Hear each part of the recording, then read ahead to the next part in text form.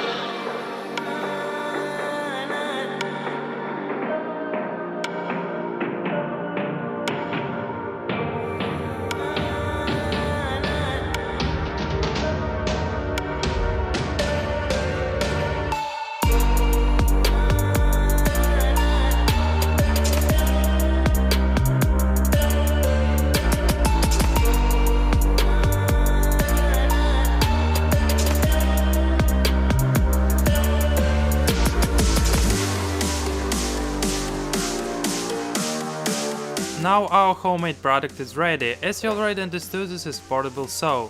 It is very light and takes up little space. You can put it in a backpack for any trip or fishing. And at any time you can prepare firewood. As you can see, we were able to cut such a thick log quite quickly. So if you like it, click like, and if you dislike it, click dislike. Subscribe me and see you soon. Bye.